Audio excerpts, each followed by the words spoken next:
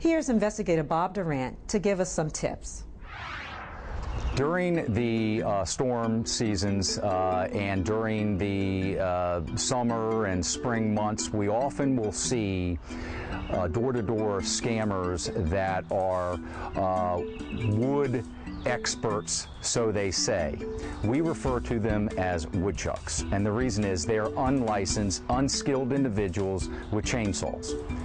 Their intention is not to actually do the work that they have described, but to find more work on the property.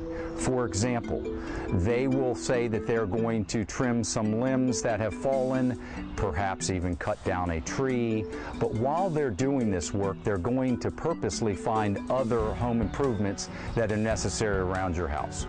They're going to look for fallen gutters. They're going to look for siding that might be falling, tabs of roofing that are missing, maybe even cracks in your cement that they have no experience in repairing. They do not have licenses for home improvements, so they should not be engaging in this activity, and they do not have tree licenses, expert tree licenses, which are issued by the Department of Natural Resources. As far as the work that they're doing with the trees themselves, it's very vague, very ambiguous as to what they're actually doing. For example, they will use terminology, "I'll clean up a few of your trees." What does that mean? Many homeowners might think that it means cleaning up 5 or 6 branches. What they'll actually do is cut one branch down and leave it in your yard. They'll tell you they'll cut a tree down in the backyard, and instead of cutting it flush to the stump, they'll cut it 6 feet high and leave the tree there without chopping it up or hauling it away.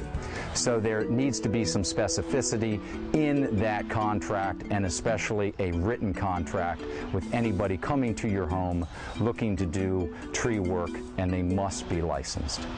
Another scam that we see at the Office of Consumer Protection door to door is the resurfacing of driveways. We see this primarily in the spring and the summer times.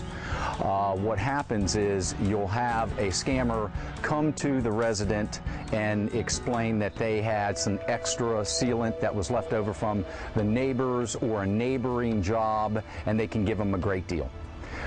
And in fact, what they have is a watered down product that they spray on the driveway, which will only last several weeks, but by that time the scam artist is gone. What they should be doing is putting down an oil-based sealant and roll that down or brush that down onto the driveway so it has a long-lasting effect.